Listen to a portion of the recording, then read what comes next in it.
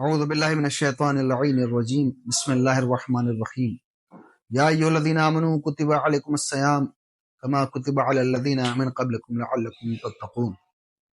سورہ بقرہ کی وہ آیت کہ جس کی تلاوت کا شرف کل ہم نے شروع کیا تھا اور تلاوت کی تھی، آج ہم اس کی دوسری قسط آپ کی خدمت میں پیش کر رہے ہیں۔ آیت کو سمجھنے کے لیے آیت کا ترجمہ اور اس کی تفسیر ضروری ہوتی ہے۔ آیت کا ترجمہ ہم نے کل بھی پیش کیا تھا، آج پھر پیش کر رہے ہیں۔ خداوند عالم ارشاد فرما رہا ہے، بسم اللہ الرحمن الرحیم، اے ایمان لانے والو، ہم نے تم پر روزوں کو ویسے ہی واجب قرار دیا جیسے تمہارے لوگوں پہلے کے لوگوں کے اوپر واجب تھا، اور یہ روزے کسی اور چیز کے لیے نہیں، لعلکم تتقون، تاکہ تم تقوی اختیار کرو، متقی پرہیزگار ہو جاؤ۔ سامعین کرام، السلام علیکم۔ میں آپ کی خدمت میں کل بھی یہ بات عرض کر چکا ہوں اور بتا چکا ہوں کہ یہ مہینہ عبادت کا مہینہ ہے۔ یہ عبادت پروردگار عالم نے ہم کو نعمت کی شکل میں دی ہے۔ وہ بندہ کہ جو اپنے رب سے قریب ہونا چاہتا ہے، وہ دل کی باتیں، جو راز و نیاز کی باتیں ہیں، وہ کسی سے نہیں کر سکتا، وہ صرف اور صرف اپنے معبود سے کر سکتا ہے۔ اس خدا سے قریب ہونے کے لیے، اس سے اچھا رشتہ بنانے کے لیے، ہمارے لیے دنیا کے اندر یہ ایک سلیقہ ہوتا ہے، ایک طریقہ ہوتا ہے کہ جب ہم کسی سے کچھ مانگیں تو پھر ہمارے اس سے رشتہ اچھا ہونا چاہیے۔ تقوی الہی کا مطلب وہی ہوتا ہے کہ انسان کا اپنے رب سے، اپنے مالک سے، اپنے خالق سے، اپنے معبود سے کیسا رشتہ ہے۔ یہ مہینہ خدا سے اچھا رشتہ بنانے کے لیے آیا ہے۔ یہ مہینہ خدا سے قریب ہونے کے لیے ہے، اللہ کی قربت حاصل کرنے کے لیے ہے۔ کیسے حاصل کیا جائے؟ جیسے خطبہ شعبانیہ کا کل میں نے ذکر کیا تھا، پھر آج ایک حوالہ دیتا ہوں اسی سے۔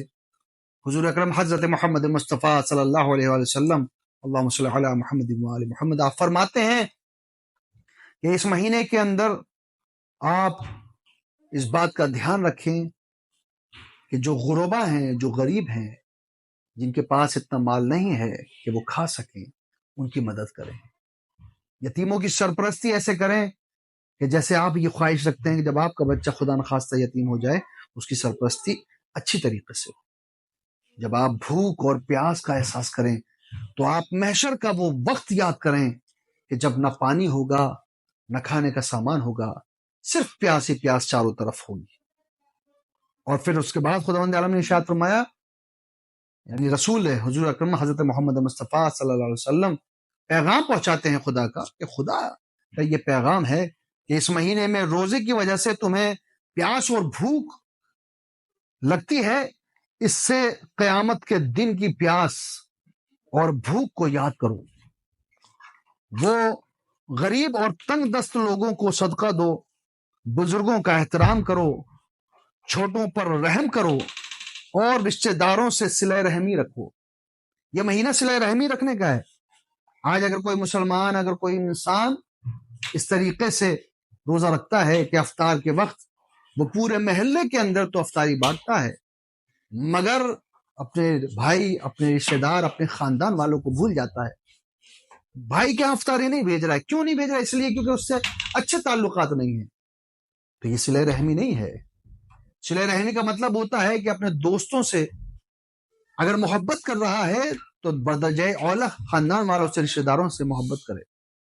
یہ افطاری نہیں بانٹی جاتی ہے۔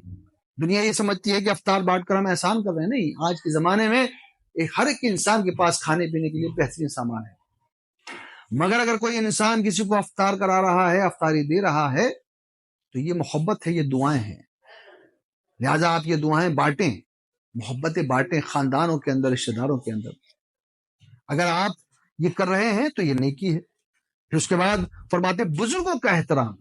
اگر آپ افطار کے وقت مسجد میں جا رہے ہیں تو آپ اس بات کا خیال رکھیں کہ مسجد میں جب جائیں تو بزرگوں کا احترام کریں، افطار میں پہل نہ کریں، بزرگوں کو پہلے آپ افطار دیں۔